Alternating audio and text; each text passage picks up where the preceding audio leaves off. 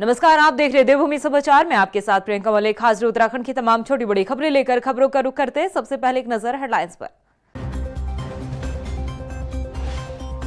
Dhami cabinet में 6 प्रस्तावों पर लगी मुहर। कृषि और खनन विभाग में 64 नए पद होंगे सृजित। आसन नदी के दोनों किनारे पर 53 किलोमीटर तक होगा बाढ़ सुरक्षा का काम। उत्तराखंड कांग्रेस को आज भी मजबूत नेताओं की दरकार। 2016 की टूट के बाद नहीं उभर पाई कांग्रेस। भाजपा को भी कांग्रेस के अच्छे घोड़ों की तलाश। देहरादून और आसपास के इलाकों में वीकेंड पर नहीं काम आया पुलिस का एबीसी प्लान। ट्रैफिक व्यवस्था पर आईजी गढ़वाल करेंगे समीक्षा। ट्रैफिक से निजात पाने के लिए होगा मंथन। और उत्तराखंड में अब गर्मी से राहत मिलने की उम्मीद। 12 से 17 जून तक बारिश की संभावना। कई जिलों में भारी बारिश की चेतावनी।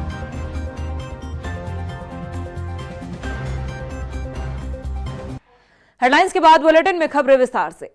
उत्तराखंड में धामी कैबिनेट की बड़ी बैठक हुई। सचिवालय में हुई इस कैबिनेट बैठक में कई बड़े मुद्दों पर चर्चा के बाद 6 प्रस्तावों पर कैबिनेट ने मुहर लगाई है। तो चलिए आपको ग्राफिक्स के जरिए बताते हैं कि कैबिनेट में कौन कौन से बड़े फैसले लिए गए। धामी कैबिनेट की बैठक में 6 प्रस्तावों पर लगी मुहर। कृषि और कृषि कल्याण विभाग में 46 पद सृजे। खनन विभाग बागेश्वर में मॉनिटरिंग बढ़ाने के लिए 18 नए पद होंगे सृजे। आसन नदी के दोनों किनारे पर 53 किलोमीटर में होगा बाढ़ सुरक्षा का काम। पीडब्ल्यूडी विभाग के 5 गेस्ट हाउस को पीपीपी मोड पर देने का फैसला। पैरामेडिकल कोर्सेज को रेगुलेट करने के लिए काउंसिल बनाने का फैसला। आबकारी अधिनियम के तहत महिला एवं बाल विकास को मिलने वाले सेस को प्रयोग करने की नियमावली बनाने का फैसला। कृषि और कृषि कल्याण विभाग का मत था। टोटल 6 मत थे आज। इसमें पहला मत ये आपका कृषि और कृषि कल्याण विभाग का मत था। इसमें हमारा उत्तराखंड जैव प्रौद्योगिकी परिषद का जो गठन हुआ था उसमें 2 सेंटर हैं इनके। एक हल्दी में सेंटर है पंतनगर मुख्यालय में, उसमें 34 पद उसमें सृजित हुए थे। दूसरा सेंटर है advance centre for communication and applied biotechnology Dehradun में, उसमें 12 पद थे और उसमें टोटल 46 पद इनके सृजित किए गए थे। पूर्व में जो सर्विस रूल्स इनके बने थे उसमें भर्ती के स्रोत की व्यवस्था नहीं थी कि वो कैसे होंगे, सीधी भर्ती के पद होंगे, आउटसोर्सिंग के पद होंगे, कैसे होंगे। तो वो आज विभाग ने स्पष्ट एक नियमावली लेकर के आए थे जिसे माननीय मंत्रिमंडल द्वारा अनुमति दी गई।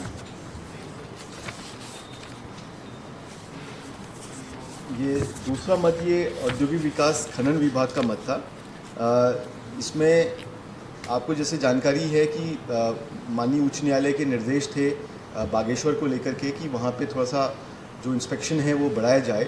इसी के क्रम में विभाग द्वारा कुछ अपने पद जो ज्येष्ठ खान अधिकारी के हैं या भूवैज्ञानिक के हैं, वरिष्ठ खनिज पर्यवेक्षक के हैं, खनिज पर्यवेक्षक के हैं, कुल 18 पद इस तरह से बढ़ाने पे आज माननीय मंत्रिमंडल द्वारा सहमति दी गई।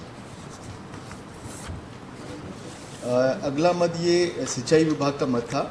उत्तराखंड बाढ़ मैदान परिक्षेत्रण अधिनियम 2012 के अंतर्गत आसन बैराज नदी के प्रारंभिक बिंदु भट्टा फॉल से आसन बैराज कुल 53 किलोमीटर की लंबाई में आसन नदी के दोनों तटों पर बाढ़ परिक्षेत्र की अधिसूचना निर्गत करने के संबंध में था और इसमें माननीय मंत्रिमंडल द्वारा अनुमति दी गई।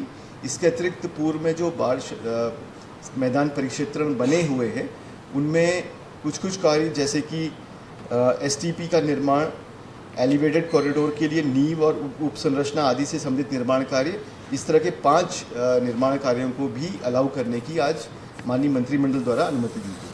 2016 में उत्तराखंड कांग्रेस में हुई टूट ने पार्टी को ऐसा गहरा झटका दिया जिससे कांग्रेस आज तक नहीं उभर पाई है। इस घटना के बाद उत्तराखंड कांग्रेस के नेतृत्व में संकट और कद्दावर नेताओं की कमी देखने को मिली है। जो नेता कांग्रेस को छोड़कर गए उन नेताओं की जगह अब तक नहीं भर पाई है। रिपोर्ट देखिए।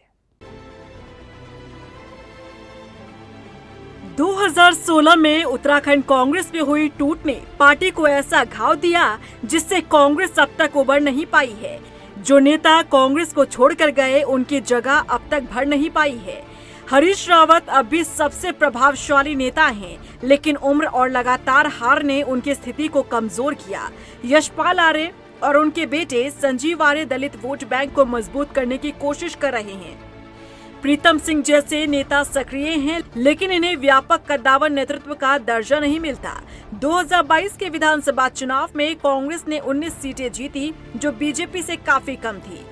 बीते दिनों राहुल गांधी ने कांग्रेस नेताओं की तुलना घोड़े से करते हुए कहा था कि कांग्रेस में 3 प्रकार के घोड़े हैं, रेस का घोड़ा, शादी का घोड़ा और लंगड़ा घोड़ा। जिसके बाद उत्तराखंड कांग्रेस में बहस छिड़ गई कि कौन रेस का घोड़ा है, कौन शादी का घोड़ा और कौन लंगड़ा घोड़ा है। यहाँ तक कि कांग्रेस के विधायक हरीश धामी ने कांग्रेस के वरिष्ठ नेता हरक सिंह रावत को ही लंगड़ा घोड़ा बता दिया। जिसके बाद बीजेपी के प्रदेश अध्यक्ष महेंद्र भट्ट ने कहा कि कांग्रेस के अंदर लंगड़े घोड़े की क्लास शुरू हो चुकी है।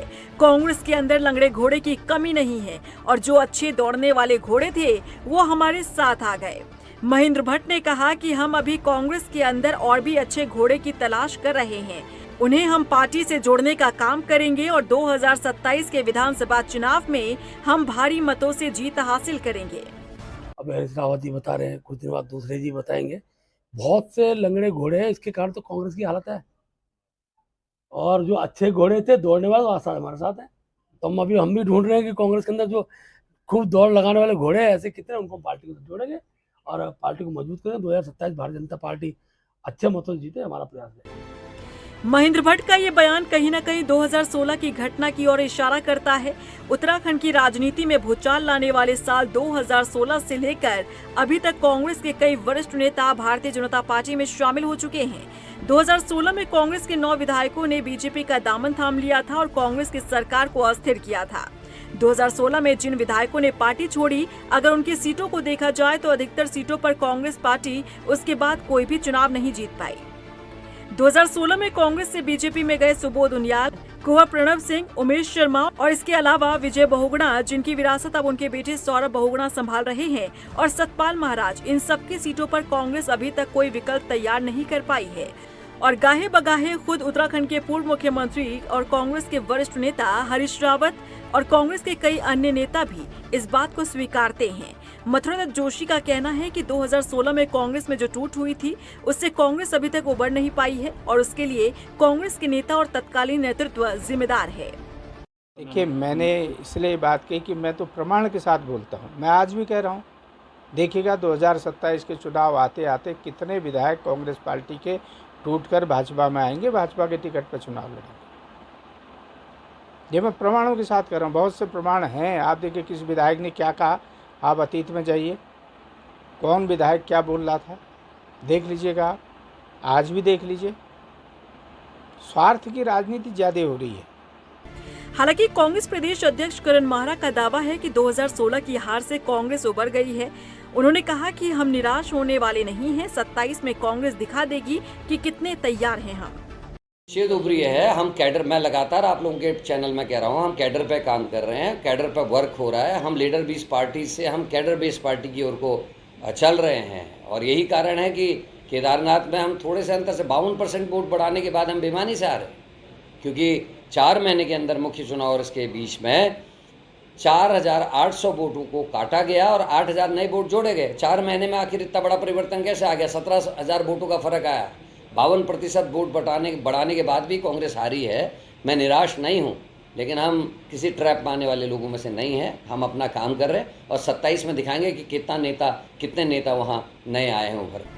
2016 की टूट ने उत्तराखंड कांग्रेस को कमजोर किया, कद्दावर नेताओं की कमी को उजागर किया। हरीश रावत और यशपाल आर्य जैसे कुछ नेता अब भी बचे हैं, लेकिन पहले जैसा प्रभावशाली नेतृत्व नहीं रहा। गुटबाजी, संगठनात्मक कमजोरी और बीजेपी की मजबूत स्थिति ने इस कमी को और गहरा किया है। पार्टी को नए और करिश्माई नेताओं को उभारने की जरूरत है ताकि 2027 के विधानसभा चुनाव में बेहतर प्रदर्शन हो सके। पिछले दिनों वीकेंड पर हरिद्वार, ऋषिकेश और देहरादून में काफी लंबा जाम देखने को मिला और लोगों को खासा परेशानियों का सामना करना पड़ा। हालांकि उत्तराखंड पुलिस ने जाम के झाम से निपटने के लिए एबीसी प्लान तैयार किया था, लेकिन धरातल पर यह प्लान काम नहीं आया। ऐसे में आईजी गढ़वाल राजेश स्वरूप इसकी समीक्षा करेंगे। उन्होंने सभी थाना प्रभारियों को निर्देशित किया है कि जाम लगने के क्या कुछ कारण हैं और उसको किस तरह से दूर किया जाए, इस पर मंथन होगा। जैसा कि आप अवगत है कि 30 तारीख से हमारी चारधाम यात्रा भी शुरू हो गई है और वो चरम पर है और साथ साथ ये ग्रीष्मकालीन पर्यटन में भी बहुत संख्या में पर्यटकों का संख्या बढ़ी है, काफ़ी मात्रा में गाड़ियाँ आ रही हैं।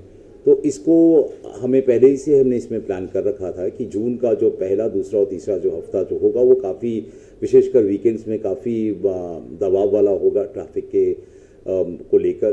तो इसके लिए हमने जो पहले ही जो प्लान ए, प्लान बी और प्लान सी समस्त जनपदों के लिए बना के पहले ही हमने जारी कर दिए थे, उस पर इम्प्लीमेंट भी किया था। इस दौरान पिछले 2 वीकेंड से हमें प्लान सी पे जाना पड़ रहा है, जिसमें कि ये जो ट्रैफिक का जो रेगुलेशन जो है वो हमें रुड़की से ही करना पड़ रहा है। बात करते हैं उत्तराखंड के मौसम की। राज्य के लोगों को भीषण गर्मी से राहत मिलने की उम्मीद है। मौसम विभाग ने राज्य के लिए पूर्वानुमान जारी किया है। मौसम विभाग के मुताबिक 12 जून को उत्तराखंड के कई जिलों में हल्की बारिश की संभावना है। उधर मौसम वैज्ञानिक ने बताया कि 13 से 17 जून तक कुमाऊं और गढ़वाल के कई जिलों में हल्की से मध्यम बारिश होने की आशंका है। इसके अलावा उन्होंने कुमाऊं क्षेत्र के कई जनपदों में भारी बारिश की भी चेतावनी जारी की है।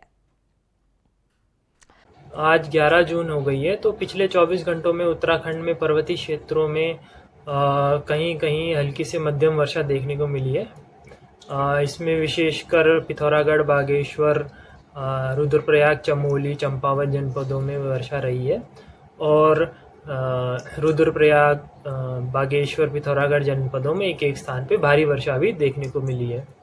आगे पूर्वानुमान की बात करें तो आज 11 जून को उत्तराखंड के जो कुमाऊं क्षेत्र है वहाँ पे कुछ स्थानों पे और गढ़वाल क्षेत्र में कहीं कहीं हल्की से मध्यम वर्षा मिलने की संभावना है। लालकुआं में तराई केंद्रीय वन प्रभाग ने अतिक्रमण पर बुलडोजर चलाने की तैयारी की है। प्रभागीय वन अधिकारी की माने तो लालकुआं वीआईपी गेट के पास और ट्रांसपोर्ट नगर क्षेत्र में वन भूमि पर सबसे लंबे जो है लगातार लगभग 300 से अधिक लोगों ने कब्जा किया हुआ है। यहाँ कई झोपड़पट्टियां और दुकानें बनी हुई है। हालांकि विभाग अभी चिन्हीकरण कर रहा है और अतिक्रमणकारियों को नोटिस भी जारी करेगा। डीएफओ उमेश चंद्र तिवारी का कहना है कि वन भूमि पर किसी भी तरह के अवैध अतिक्रमण को बर्दाश्त नहीं किया जाएगा।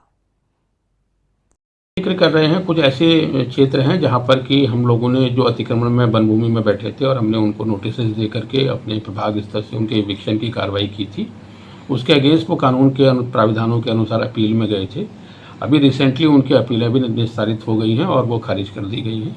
तो अब प्रकरण में हम लोग नियमानुसार जो इविक्शन की कार्रवाई है उसको आगे बढ़ाएंगे। कोई ऐसा वो तो कानून में प्राविधानित है कि अगर उनकी अपील खारिज हो गई है तो अब उसका इविक्शन का ही एकमात्र विकल्प है, तो वो कार्रवाई हम आगे बढ़ाएंगे। वहीं चंपावत के रै गांव में ग्रामीणों ने पनार नदी के खनन को लेकर मोर्चा खोल दिया है। नाराज लोगों ने अल्मोड़ा के खनन कारोबारियों पर आरोप लगाया कि वो बेखौफ धड़ल्ले से अवैध खनन कर रहे हैं। ग्रामीणों ने कहा कि उनके द्वारा अवैध खनन का वीडियो बनाया गया है। उन्होंने ये भी कहा है कि खनन कारोबारी अपना जिला छोड़कर उनके क्षेत्र में खनन कर रहे हैं। उन्हें अंदेशा जताया कि पनार नदी खनन के चलते बरसात के दौरान नदी में जो है वो उफान आता है, जिसकी वजह से उनके खेत खलिहान को काफी नुकसान पहुंचता है। इसमें जो अल्मोड़ा जिले के खनन कारोबारी हैं वो अल्मोड़ा जिला में खनन न करते हुए खनन चंपावत जिले के एरिया में कर रहे हैं। साथ ही जहां पनार नदी पहले बहती थी उस जगह पर पनार नदी को न बहते हुए पनार नदी पूरी चंपावत जिले के एरिया में कर दिया गया है, जिससे हमारा फिरकौला तोक की पूरी उपजाऊ ज़मीन के साथ साथ हमारे फिरकौला तोक के गांव को भी खतरा बना हुआ है। साथ ही जो रेता और रोड़ी धुलाई वाला पानी है उस पानी को पाइप लगाकर प्रॉपर पनार नदी में छोड़ दिया गया है, जिसको आदमी तो क्या जानवर भी पीने के लिए काबिल नहीं रहा है। इसलिए हमारी प्रशासन से यही मांग है कि नदी का रुख जहां पर है वहीं का इसका खनन कारोबार जो है चंपावत जिले में बंद किया जाए। उधर गदरपुर में उप जिलाधिकारी आसिमा गोयल ने दिनेशपुर में निर्माणाधीन नाट मंदिर का निरीक्षण किया। पूर्व बीजेपी जिला अध्यक्ष गुंजन सुखीजा और दिनेशपुर नगर पंचायत अध्यक्ष के पति काबल सिंह मौजूद रहे। आपको बता दें कि करीब 77 लाख रुपए की लागत से नाट मंदिर का निर्माण किया जा रहा है। निरीक्षण के दौरान मेरी पहली विजिट है और मंदिर वाकई में एक ऐसा परिसर लग रहा है जहाँ के मन को शांति मिलती है। निरीक्षण में जो यहाँ पे सीएम घोषणा में जो एक पंडाल बनाने का कार्य किया जा रहा है वो काफ़ी त्वरित गति से किया जा रहा है। फाउंडेशन पड़ चुका है और ऐसा अवगत कराया जा रहा है कि विदिन 2 मंथ्स पीरियड ये हो जाएगा, जो कि एक अच्छी स्थिति है। और अगर कोई भी इसमें किसी भी प्रकार की कोई भी कमी आती है या कोई भी रुकावट आती है तो उसके लिए प्रशासन पूरी तरीके से सहयोग करने के लिए। आपदा प्रभावित बूढ़ा केदार क्षेत्र में सिंचाई विभाग द्वारा बाढ़ सुरक्षा निर्माण कार्यों का जायजा लेने के लिए सिंचाई विभाग के अधीक्षण अभियंता मौके पर पहुंचे, जहां उन्होंने अधिकारियों को मानसून के ध्यान में रखते हुए कार्य में तेजी लाने के निर्देश दिए। इसके साथ ही निर्माण कार्य में गुणवत्ता बनाए रखने की भी बात कही है। ठीक है, यहाँ लैब लगे हुए हैं, उस पर टेस्ट होते रहते हैं, उसकी रजिस्टर बने हुए हैं, उसका मेंटेन किया जाता है। अभी जो कंटिन्यूएशन में कार्य नहीं हुआ है उसको इस दिशा में नदी फिर से ना आ जाए, उसके लिए कुछ इनको डायरेक्शन दिए गए हैं। एक हफ्ते में इन लोगों को वीडियो बना कर हमें भेजेंगे। लोहाघाट में जल संस्थान की बड़ी लापरवाही सामने है। जल संस्थान द्वारा हर घर नल से जल योजना के तहत सुई गांव में पेयजल लाइन बिछाई गई थी, लेकिन पेयजल लाइन बिछाकर खुली छोड़ दी गई, जिसकी वजह से स्थानीय लोग वहां पर गिर भी रहे हैं और चोटिल हो रहे हैं। ऐसे में सामाजिक कार्यकर्ता का कहना है कि पिछले 6 महीने बीत चुके हैं, पेयजल लाइन अभी तक नहीं भरी गई है। ऐसे में उन्होंने कहा कि अगर किसी भी ग्रामीण को दुर्घटना का शिकार होते हैं तो उसकी पूरी जिम्मेदारी जल संस्थान की होगी। मामला यह है, घर जल नल की एक स्कीम चली हुई थी, उसके तहत जल संस्थान ने किसी ठेकेदार को काम दिया होगा, बट लापरवाही इतनी ज़बरदस्त है कि कम से कम वो लाइन 250 से 300 मीटर लगभग है, वो लाइन बनी, पाइप गड्ढे खोदे गए, पाइप बिछाए गए। पाइप बिछाने के बाद इतनी घोर लापरवाही कि उसको ढकने के लिए किसी ने पलट के नहीं देखा, जबकि मैंने स्वयं फोन में वार्तालाप की ए पवन बिस्ट से कि ऐसी ऐसी बात है, 3-4 महिलाएं गिर गई है, किसी की जान को खतरा है, तो उन्होंने इस पर कोई भी एक्शन नहीं लिया। और महिलाओं के जो है बड़े उग्र तेवर हैं, और एक बार चेतावनी देने के बाद हम अवश्य आंदोलन के लिए तैयारी कर रहे हैं।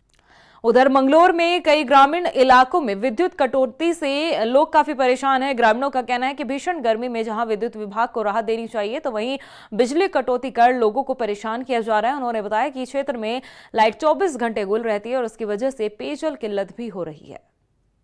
हमारी समस्या है जी, हम लाइट से बहुत परेशान हैं। मैं बाहर काम करता हूँ, मैं सुकून के लिए आया था यहाँ पे, ताकि हमारे इसमें सुकून भी मिल सकता है। अपने घर आता है आदमी जब बाहर काम करता है, तो मैं पूरी रात परेशान रहा हूँ। मैं सोया 1 मिनट नहीं, क्योंकि लाइट आ रही थी, भाग रही थी, और वोल्टेज इतने कम आ रहे हैं यहाँ पे बहुत ज़्यादा, पंखा बिल्कुल स्पीड नहीं दे रहा है। ठीक है जी, मैं बहुत परेशान रहा, इसीलिए मैंने गुस्से में फिर आपको मीडिया बोले। मैं चाह रहा हूँ ये तो कुछ इसमें ऑप्शन उठे, ये लाइट का अच्छे से ध्यान दिया जाए। प्रदेश की खबरों में इतना ही, फिर हाजिर होंगे कुछ और खास खबरों के साथ। तब तक के लिए मुझे दे इजाजत, लेकिन जाने से पहले एक नजर हेडलाइंस पर। नमस्कार। धामी कैबिनेट में 6 प्रस्तावों पर लगी मुहर। कृषि और खनन विभाग में 64 नए पद होंगे सृजित। आसन नदी के दोनों किनारे पर 53 किलोमीटर तक होगा बाढ़ सुरक्षा का काम। उत्तराखंड कांग्रेस को आज भी मजबूत नेताओं की दरकार। 2016 की टूट के बाद नहीं उभर पाई कांग्रेस। भाजपा को भी कांग्रेस के अच्छे घोड़ों की तलाश। देहरादून और आसपास के इलाकों में वीकेंड पर नहीं काम आया पुलिस का एबीसी प्लान। ट्रैफिक व्यवस्था पर आईजी गढ़वाल करेंगे समीक्षा। ट्रैफिक से निजात पाने के लिए होगा मंथन। और उत्तराखंड में अब गर्मी से राहत मिलने की उम्मीद। 12 से 17 जून तक बारिश की संभावना। कई जिलों में भारी बारिश की चेतावनी।